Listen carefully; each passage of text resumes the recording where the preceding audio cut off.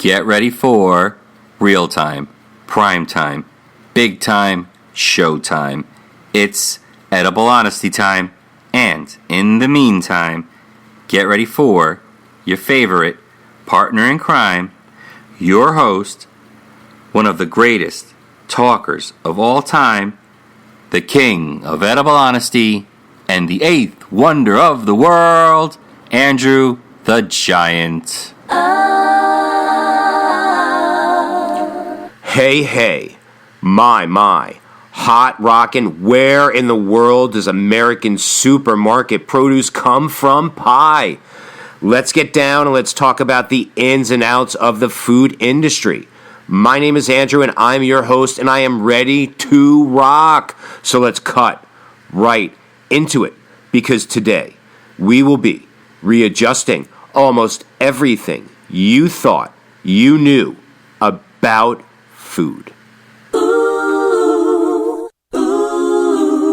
To discover where the produce that we purchase from American supermarkets come from, get ready, because it's going to be a really long swim. So pack your bathing suit and grab some shark repellent bat spray. Batman.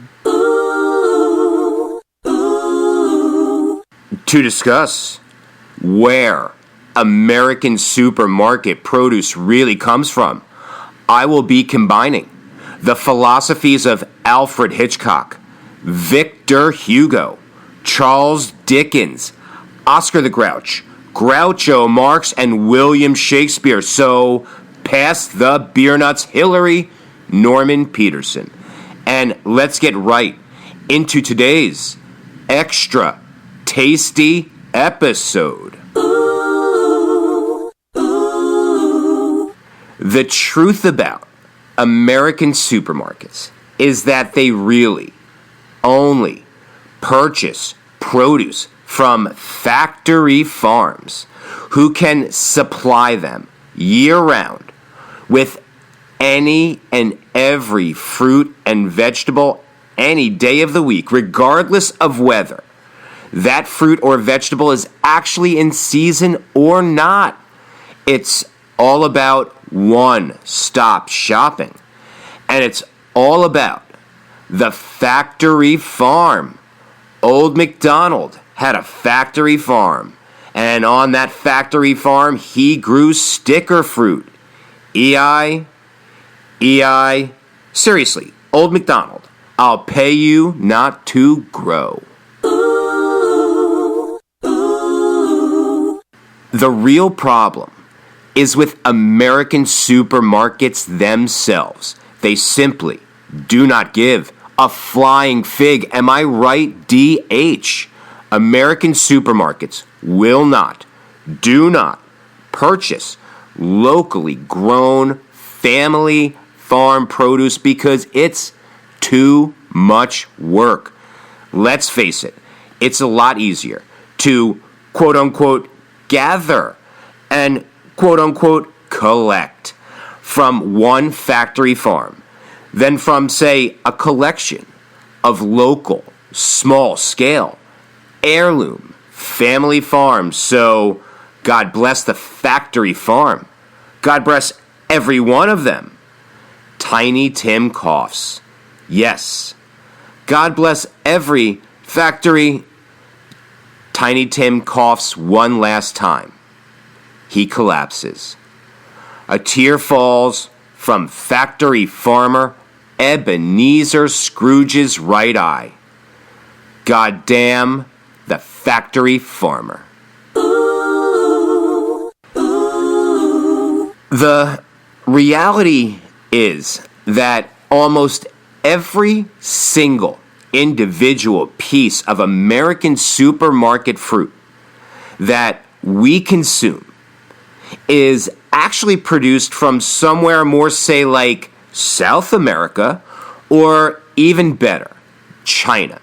And crops that are grown far, far, far away from their destination not only lack edible soul, but there is no point to eating them because at best, you'll just get a little sick. They contain 0 nutrients, 0 antioxidants, plus they accumulate an enormous eco footprint when they travel. Harumph, harumph, harumph. Right here in the United States, 260 billion with a B pounds worth of produce is purchased each year. So where does that produce actually come from? Well, somewhere. Just definitely not locally. Well, not locally in the United States, but there it sits on the shelf of your local supermarket. And it's staring at you with its prisoner number tattooed on its sad face. Prisoner number 24601. But my name is Jean Valjean. Not anymore. You're a lifeless piece of American supermarket sticker fruit. You have no identity any longer. Your name is Stickers or prisoner number 24601. And I am Havert. Do not forget my name. So now, there are 260 billion pounds of produce purchased each year in the United States of America. And out of that, 260 billion pounds of produce, only 29 million pounds is actually grown locally right here in the United States of America. We have multiplied our possessions, but we lost all of our values. But we've added years to the shelf life of fruit while taking years away from you. Yummy, yummy, yummy. I got expired fruit in my tummy. And I'm feeling real crummy, and I feel like a dummy, 'cause my insides are bloody. The frightening reality about those 231 billion pounds of food that was not grown locally. At least 50%, or say 115.5 billion pounds of produce are tossed in the trash, or let's express it the way corporate America does. 115.5 billion pounds of produce was lost to waste. Wait, I'm a shareholder. When you say lost to waste, did you mean to say it was simply thrown away? That's a great question. No, it wasn't simply thrown away. It was lost to waste. That's 115.5 billion pounds of already aged out American supermarket produce thrown away each year directly into a trash can, which probably explains all the grouchiness. Am I right, Oscar? By the time the produce gets to the American supermarket, that produce is already super exhausted and completely worn out because almost every single individual piece of American supermarket produce has already lived the equivalent of multiple lifetimes. It simply refuses to die. That's what factory fruit has been scientifically bred to do. So, holy, why won't you let me die? Already produce Batman. And for the love of God, Norman, she's not a piece of American supermarket fruit. She's dead, Norman. It's time to check Mom out of the Bates and into the pearly Gates. Roughly 98.9% of all the produce sold in American supermarkets is definitely not local. And you know what that means, Scoob? Roll me, Raggy. Well, Scoob, it means 98.9% of the produce that American supermarkets purchase comes from a factory farm in a land far, far away. And by the time that soulless produce actually arrives to your local American supermarket, it is very advanced in age, to be polite, or extremely expired. So much so that at least 50% of that produce is immediately thrown away. That's 115.5 billion pounds of quote-unquote freshly purchased produce each year thrown in the trash. And Groucho Marx said it best. Nurse, either this man is dead or my watch has stopped. So why, in the wide, wide world of sports, Taggart, hasn't someone put an end to all of the supermarket shenanigans? Hey, Favre, what's that restaurant you like? With all the goofy stuff on the walls and the mozzarella sticks? You mean shenanigans? You're talking about shenanigans, right? We need to put an end to all of the shenanigans. And to do so, a mandate must be issued to all American supermarkets that makes them stop all of the shenanigans. And forthwith. Wait, what does forthwith mean? It means super quick like the Flash. Thanks, Bruce. You're welcome, Arthur. All American supermarkets must be mandated to only provide fresh, local, edible, electric produce that was actually just picked.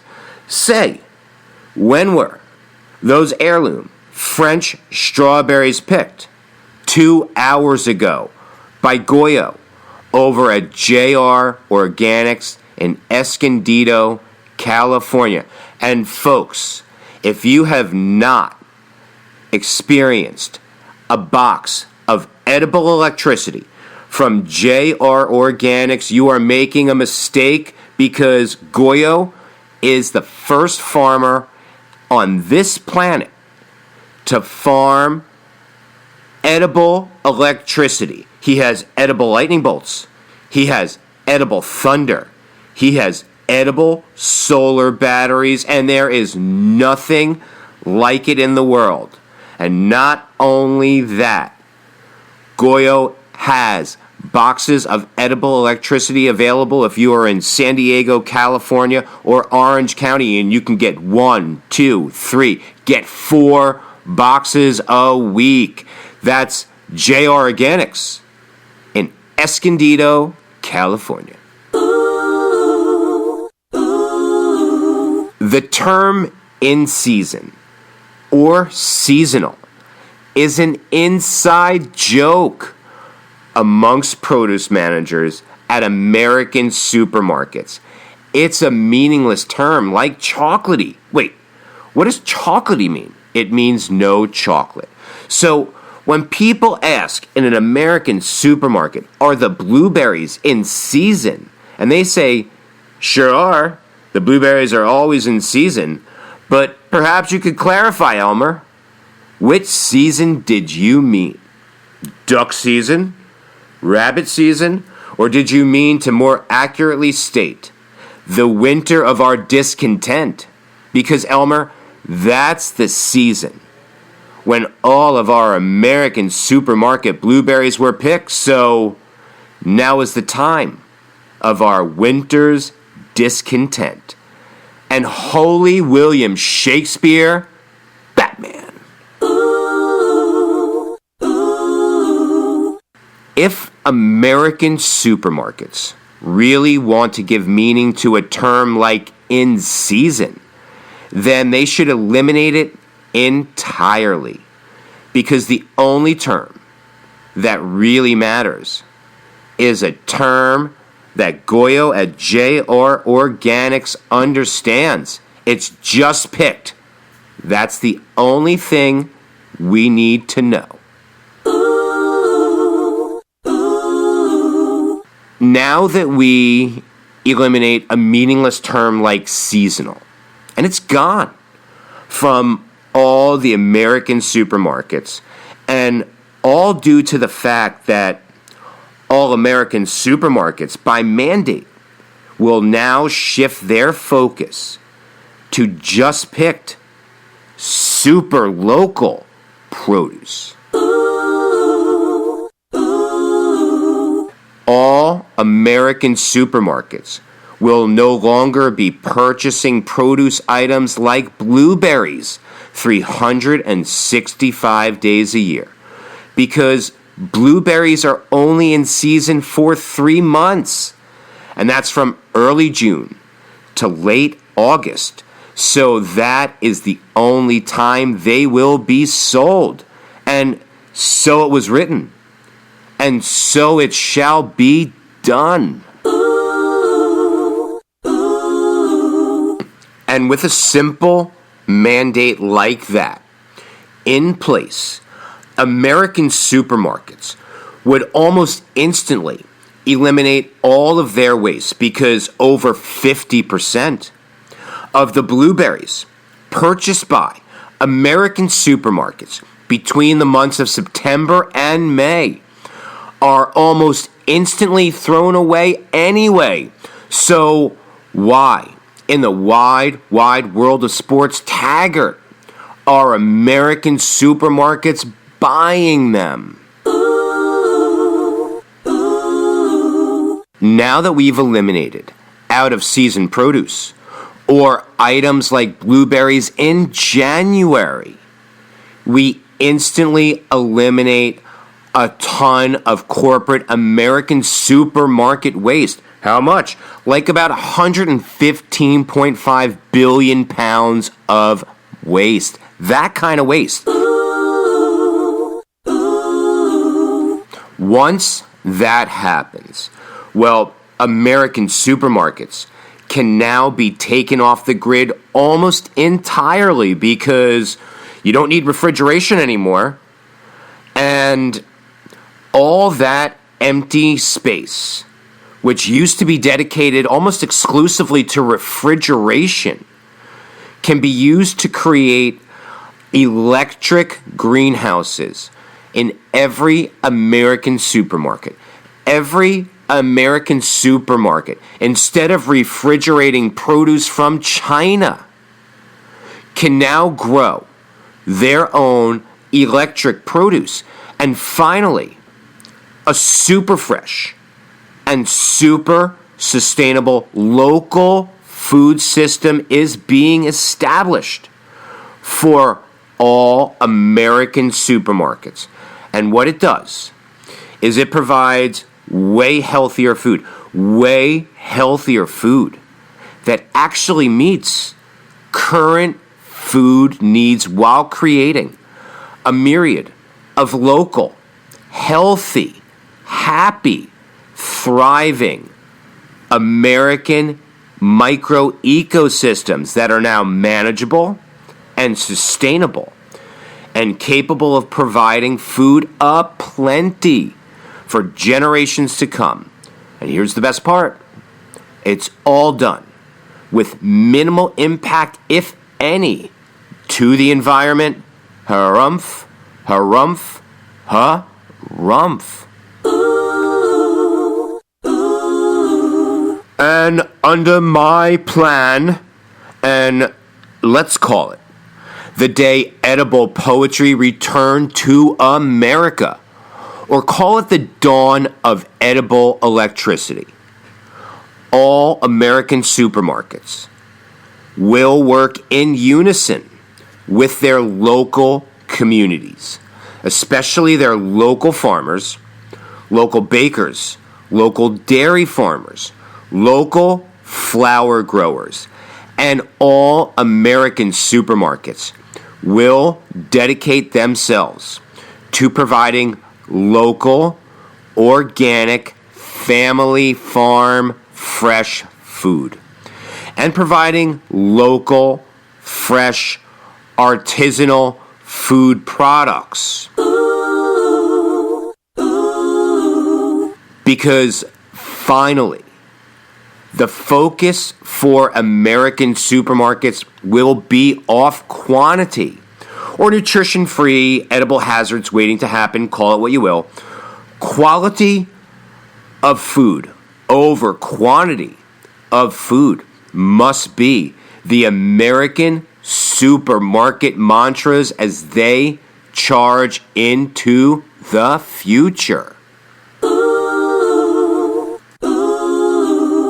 And when American supermarkets are all providing local, real, nutrient-rich, fresh, local food, then all American supermarkets are finally able to reintroduce local sustainable farming and local farmers back into the fabric of every community in every town in the United States of America. And right then, in one instant, with an alakazam wham, thank you, all American supermarkets instantly become positive agents of global climactic change, just like Earth's original eco superhero, Captain Planet. So, holy Captain Planet and the Planeteers, Batman. Here's the reason why American supermarkets should follow these mandates right now. Because local sustainable farming literally inspires biodiversity and greater species diversity. And local sustainable farming ensures natural sustainability for all life forms. And local sustainable farming conserves our scarce local and water resources, and it helps rebuild every local American community. It helps rebuild healthy soil. And most importantly, under my plan, the day edible poetry returned to America, the American supermarkets will become shining examples and a global model to follow for taking an enormous chunk out of local childhood and adult obesity. And with that, those magic slippers will take you home in 2 seconds. Under my plan, Dorothy, the day edible poetry returned to America, there is way less fossil fuel and almost zero production of greenhouse gases. And big bonus here, actual human labor will be put to work rather than some energy-intensive piece of technology. And of course, there will be zero production of plastic fruit stickers from this point forward. Speaking of fruit, the chocolate, which is a fruit, sold in supermarkets and marketed via Madison Avenue, is not fruit. It's candy. And it's all about the added fat and the added sugar.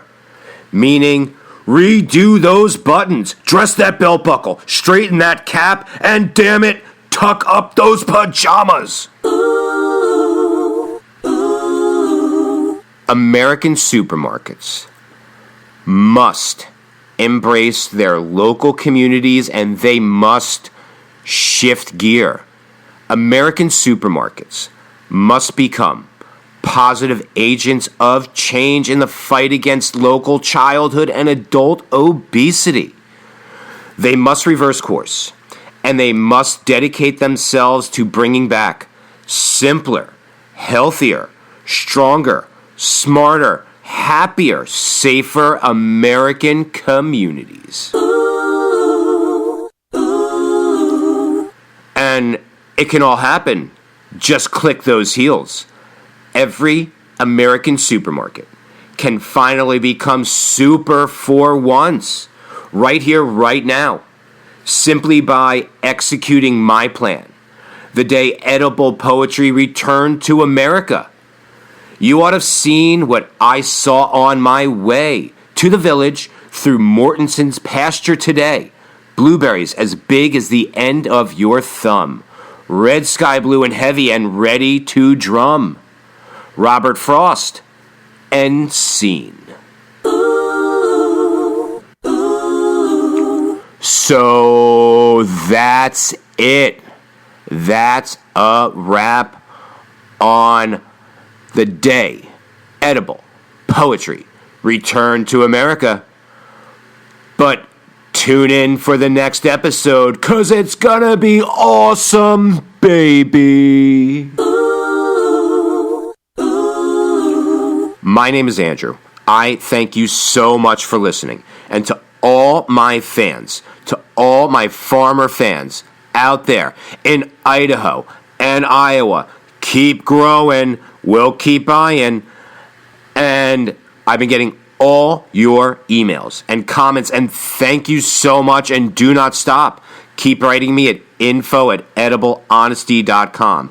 And don't forget to subscribe to Edible Honesty and give us a 5-star rating on Apple Podcast and Podchaser. And no, I am not signed by any media outlet yet. History Channel, Food Network, Cooking Channel, Comedy Central, Cartoon Network, Martha Stewart. I'm available, so get in contact with me and let's work out a deal and get Edible Honesty what it deserves, a syndicated platform. So get ready to tune in for the next episode for more Edible Honesty. Same edible time, same edible station.